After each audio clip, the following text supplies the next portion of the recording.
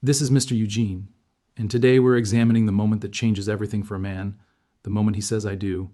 Two simple words. A commitment that will shape the rest of his life. And the question every man needs to answer honestly before he speaks those words is this: am I beginning a wonderful journey with a woman who will build with me, support me, respect me, and create the peace and partnership I need to thrive? Or am I signing up for decades of conflict, disrespect, chaos, and regret with a woman who performed niceness long enough to secure my commitment and is about to show me who she actually is? Every man standing at that altar believes it's the former. Every man thinks he's chosen well, that he knows her, that the future will be everything he's imagining in that moment, but what his future actually holds only becomes clear after the wedding, after the commitment is legally binding, after the performance period ends and the real woman emerges from behind the mask she's been wearing. And here's the tragedy: most men could have seen it coming if they'd known what to look for. The warning signs were there. The character flaws were visible. The behaviors that would later destroy the relationship were present during dating. They were just subtle or explained away or minimized because he was in love and didn't want to see them. Today we're going to teach you what to look for so you never find yourself trapped in a marriage to the wrong woman.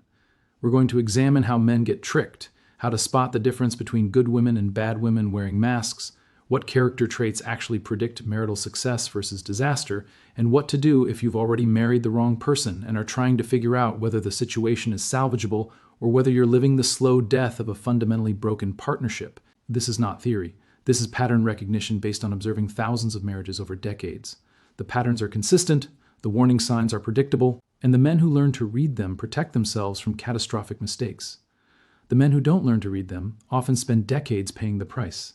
Stay with me. This might be the most important conversation you hear before making the biggest decision of your life. Hashtag the performance. How men get tricked. Let's start with the uncomfortable truth that most men don't want to acknowledge. Many women are exceptionally skilled at performing a version of themselves that is substantially different from who they actually are. And they can maintain that performance for months or even years, long enough to secure commitment, marriage, sometimes even children before the performance ends and the real person emerges. This is not universal. There are women who are genuine from the beginning, whose character is consistent, who show you exactly who they are and maintain that authenticity throughout the relationship. But those women are increasingly rare. And the women who are skilled performers are common enough that every man needs to understand how the deception works so he can protect himself from it. Here's how the trick operates. During the dating period, she is performing nice woman, she's agreeable, she's pleasant, she's low drama, she doesn't nag, she doesn't create conflict, she's supportive of your goals, she's enthusiastic about sex, she laughs at your jokes, she dresses well and maintains herself, she's respectful of your time and your boundaries, she's everything a man thinks he wants in a partner. And she maintains this performance because she has a goal: securing your long-term commitment, marriage, financial security, access to your resources, social status. Whatever specific outcome she's pursuing, the path to that outcome requires getting you to commit permanently. So she becomes whatever she needs to be to achieve that commitment. Once the commitment is secured, once the ring is on, the wedding is done, the legal contract is signed, the performance ends. Not immediately, not all at once, but gradually. The mask starts slipping. The real person underneath begins to show through. The agreeable woman becomes argumentative. The pleasant woman becomes critical and nagging. The low drama woman creates chaos. The sexually enthusiastic woman develops headaches and reasons why not. The respectful woman becomes entitled and demanding. The woman who maintained herself lets herself go because she's secured the commitment and no longer needs to compete. And the man is left confused, hurt, and trapped because the woman he married is not the woman he's living with. The woman he chose doesn't seem to exist anymore, and he can't understand what changed or why. What changed is this: the performance ended because the job was done. She got what she wanted. She no longer needs to maintain the behavior that attracted you. She can now be who she actually is. And who she actually is was always incompatible with the partnership you thought you were building. You just didn't see it because she was hiding it effectively. Hashtag how to spot the mask, the pressure test. So how do you avoid this trap? How do you distinguish between genuine character and skilled performance before it's too late? The answer is simple. Observe her under pressure. Anyone can be pleasant when circumstances are easy. Anyone can be agreeable when nothing is being asked of them. Anyone can maintain a performance when the conditions are favorable. But pressure reveals truth. Pressure creates cracks in the mask. And the woman's response to pressure, her immediate reflexive response before she has time to construct a controlled reaction, shows you who she actually is underneath the performance. What does pressure look like? Things not going her way. Plans changing, disappointment, minor inconveniences, the restaurant being out of what she wanted, traffic making you late, small frustrations that are part of normal life. Watch how she responds. Does she handle it with grace and flexibility, or does she become irritable, critical, blaming, being told no? This is one of the most reliable tests. When you establish a boundary, when you decline a request, when you say you're not comfortable with something she wants, how does she respond? Does she accept it respectfully? Or does she push, manipulate, guilt, argue, punish you emotionally for not giving her what she wants? Conflict with others. How does she treat service workers? How does she speak about people who aren't present? How does she handle conflict with friends or family? If she's rude to waiters, if she speaks cruelly about others behind their backs, if her conflicts always escalate and she's never wrong, that's who she is. And that's how she'll eventually treat you. Stress and difficulty. When she's tired, when work is hard, when something genuinely challenging is happening in her life, does she handle it with maturity and composure? Or does she melt down, lash out, make her stress everyone else's problem? Accountability. When she makes a mistake, when she's objectively wrong about something, does she own it? Or does she deflect, blame others, make excuses, rewrite the narrative so she's never actually at fault? The critical thing to understand, whatever behavior she shows in these pressure moments is her real character. That's who she is when the mask slips. And that's exactly how she will treat you after marriage when she no longer needs to perform. If she's cruel to service workers when things go wrong, she'll be cruel to you when you disappoint her. If she cannot accept no gracefully during dating, she will not accept your boundaries in marriage. If she speaks viciously about others, she will speak viciously about you when you're not in the room. If she cannot take accountability for small mistakes, she will never take accountability for the big ones. Pay attention to these moments. They're telling you everything you need to know. Most men ignore them because they're in love, because she's beautiful, because most of the time she's pleasant. But the mask-off moments are the truth. Everything else is the show. Hashtag the character traits that actually matter. Now, let's talk about what you should actually be looking for. Not surface-level qualities. Not whether she's pretty or fun or good in bed. Those things matter, but they're not predictive of whether the marriage will be good or catastrophic. What predicts long-term marital success is character. And character manifests through specific observable traits that are consistent across good women and largely absent in bad women. Here are the character traits that separate women who will build you up from women who will destroy you. #Own. She has a framework larger than herself, whether you frame this religiously as putting God first or philosophically, as having values and principles that transcend her immediate desires. A good woman operates from a framework that's bigger than her ego, her feelings, and her moment-to-moment wants. This is absolutely critical because it means she has an internal governing structure that regulates her behavior even when her emotions are telling her to act poorly. She doesn't just do whatever feels good in the moment. She has standards she holds herself to. She has principles she won't violate even when it would be convenient or emotionally satisfying to do so.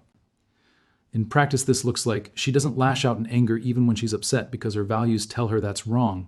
She doesn't lie even when the truth is uncomfortable because honesty is a principle she lives by. She doesn't act selfishly even when she wants something because she understands she's part of something larger than herself.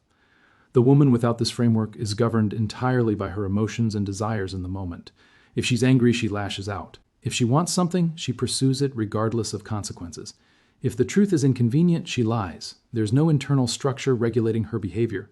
She's just a collection of impulses acting on themselves with no higher order control. You cannot build a stable life with a person who has no governing framework. Because when times get hard, and they will, she will do whatever her emotions tell her to do in that moment rather than what her principles tell her is right. And that will destroy you. #2. She has a gentle and quiet spirit. This does not mean she's silent or passive or has no opinions. It means she is not constantly creating noise, conflict, and chaos. She has internal peace that manifests as external calm. The woman with a gentle and quiet spirit doesn't need constant stimulation. She can be still. She can be content in silence. She doesn't need to fill every moment with talking or activity or drama. She creates peace in her environment rather than disrupting it. This is the opposite of the high-maintenance, high-drama woman who needs constant attention, who creates conflict when things are too calm, who cannot tolerate peace because it makes her anxious. A man needs peace. We've discussed this extensively in previous videos. A woman who cannot create peace, who disrupts it systematically, who fills the home with noise and chaos and emotional volatility, that woman is destroying the foundation of male happiness. No matter what else she brings, if she cannot create peace, the relationship will fail, or you will be miserable in it. #3. She respects male leadership. This is where modern culture has created the most confusion and the most toxic relationship dynamics, because Culture teaches women that male leadership is oppression, that equality means she makes decisions jointly or even primarily, that a man who actually leads is controlling or dominating. A good woman understands that healthy relationships require leadership, and she not only accepts that her husband leads, she actively prefers it. She wants a man who makes decisions, who has direction, who takes responsibility for outcomes. She contributes her thoughts and perspectives, but when a decision needs to be made, she defers to his judgment and supports his leadership. In practice, this looks like when someone asks her about a significant decision, she says, "Let me check with my husband," not because she's incapable of deciding, but because she respects that he's the leader and significant decisions are his to make. When he makes a choice she wouldn't have made, she supports it rather than undermining it or saying, "I told you so," if it doesn't work out perfectly. The woman who cannot submit to male leadership, who fights for equal decision-making power, who resents his authority, that woman is going to create constant friction and power struggles. You will never have peace with her because she's always challenging your position, always questioning your decisions, always making you justify your leadership rather than supporting it. This doesn't make you a dictator. This makes you the person responsible for the direction of the household. And that responsibility requires authority that she either respects or doesn't. If she doesn't, the relationship is broken at a structural level. #4. She has reduced her pride, and ego are poison in relationships. They prevent accountability, prevent apology, prevent growth, prevent compromise. The woman who operates from pride cannot admit when she's wrong, cannot apologize genuinely, cannot submit to anyone or anything, cannot accept correction or feedback without becoming defensive. A good woman has done the work to reduce her pride. This doesn't mean she has low self-esteem. This means she has right-sized her ego. She knows her value, but she's not operating from a place of needing to prove herself or defend herself or dominate every interaction to maintain her sense of superiority. In practice, this looks like when she's wrong, she admits it without making excuses. When she hurts you, she apologizes genuinely and works to do better. When you give her feedback, she receives it without becoming defensive or turning it into a counterattack about your flaws. She can be corrected without it becoming a battle. The proud woman cannot do any of this. Every piece of feedback is an attack she must defend against. Every mistake is someone else's fault. Every conflict is about defending her position rather than finding resolution. You cannot have a functional relationship with a proud woman because pride makes growth and accountability impossible. #5. She values peace and actively seeks it. We've touched on this, but it deserves emphasis. A good woman is oriented toward peace rather than conflict. When there's tension, she works to resolve it rather than escalate it. When there's the possibility of either creating drama or letting something go, she lets it go. She values harmony in her relationships and in her home, and she behaves in ways that create it. The woman who is oriented toward conflict will create it even when there's no reason for it. She picks fights. She holds grudges. She brings up past issues that were already resolved. She cannot let things go. She needs the stimulation of conflict to feel engaged. You will never have peace with a conflict-oriented woman. And without peace, you will never be genuinely happy in the relationship, no matter what else is good about it. #6.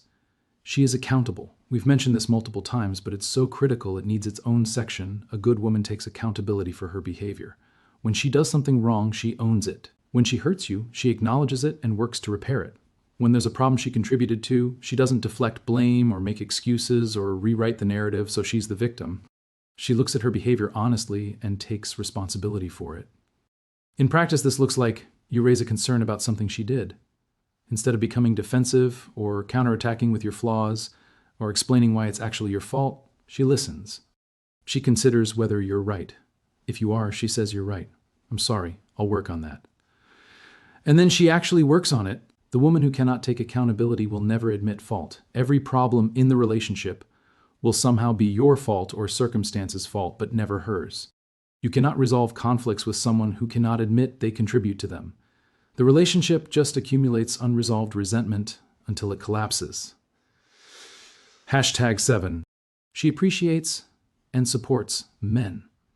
This is the trait that separates feminine women from masculinized women. Feminine women appreciate what men do and support them in doing it. Masculinized women resent men, compete with men, and work to tear men down. A feminine woman sees your efforts and values them. She thanks you for providing even though it's your role. She appreciates your protection even though that's what men do. She supports your goals and your ambitions and wants you to succeed. She makes you feel valued and respected for being the man you are. A masculinized woman either takes your efforts for granted or actively resents them. She doesn't appreciate your provision. She feels entitled to it. She doesn't value your protection. She sees it as you being controlling. She doesn't support your ambitions. She sees them as competition with her needs. She makes you feel inadequate, unappreciated. And like everything you do is never quite enough. You cannot be happy long-term with a woman who doesn't appreciate you, because appreciation is fuel. It's what makes men want to continue giving their best. Without it, you eventually stop trying because there's no point. Your best efforts and your minimal efforts generate the same response from her, criticism or indifference. So why give your best? Find a woman who appreciates you genuinely, and you'll give her everything you have. Find a woman who doesn't, and you'll eventually give her the minimum required to avoid conflict. #8. She has done her own healing work. Every human being carries wounds from their past, childhood trauma, failed relationships, experiences that shape them in unhealthy ways. A good woman recognizes this about herself and has done work to heal those wounds rather than expecting you to manage them. She's been to therapy or done serious self-work. She understands her triggers. She knows where her insecurities come from. She recognizes when her reactions are disproportionate to the situation and can course correct. She takes responsibility for her own healing rather than making her unhealed wounds your problem to navigate. The woman who has not done this work will expect you to manage her trauma for her. Her wounds will become your responsibility to avoid triggering. Her insecurities will become your responsibility to constantly reassure. Her unprocessed past will poison your present because she hasn't dealt with it. You are not her therapist. You are not responsible for healing her. A woman who enters marriage expecting you to fix her broken places is setting you up to fail because you cannot fix another person. She has to do that work herself. And if she hasn't, the relationship will be dominated by managing her unhealed trauma rather than building a healthy partnership. #the low-maintenance woman versus the high-maintenance woman. Let me give you a framework that makes all of this concrete and practical.